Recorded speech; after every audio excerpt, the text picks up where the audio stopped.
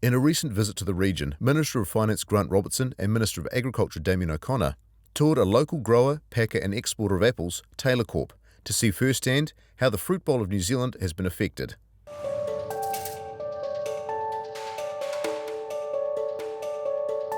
I just want to acknowledge the Taylor family where we are here right now.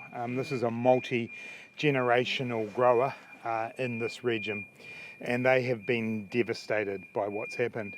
They have done some of the most incredible things to save people's lives. This has been a devastating event for a number of the growers in this area, and the Taylors are a key example of that, but there are others as well. It is going to take an effort across the sector, the industry, the horticulture industry, the government, local government, to all come together to be able to support people to get back on their feet.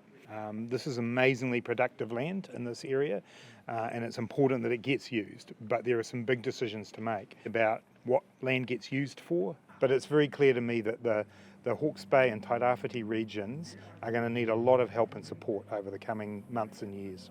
Look, in the last couple of weeks, if you take in the Auckland floods as well, around 58% of New Zealand's GDP has been affected by a major weather event. While reiterating support for growers hit by flooding, the ministers were also keen to stress to overseas recipients of the region's produce that Hawke's Bay is still open for business. There are also people picking fruit today, export products that are being picked and grown, and so that's still happening right now. It's devastating for the Taylors. They have lost an enormous part of their crop.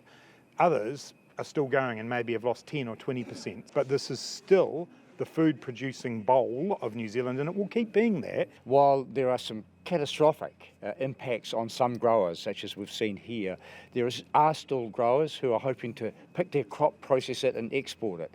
And there are some, fine quality food will still come from this region. It will be harder, it will be more challenging for those growers and farmers, but government will step up and support them to ensure that in spite of the huge hit, we still have a resilient Hawke's Bay economy. Look, we put $4 million on the table for the immediate recovery requirements, and some of that money went to help set up a centre for RSE workers, for example, and the door's open to good and necessary ideas. In terms of the long-term funding and support, that's something that Cabinet will have to consider, and we'll be working with the local communities and the industries to make sure it's effective. I think that our growers have they've been communicating directly with their markets. People know that there is a certain percentage of Hawke's Bay's crops that have been devastated, but they also know that we are harvesting and getting our apples picked in areas we can. And so that message, I have confidence, is going out through our growers and through our grower representatives.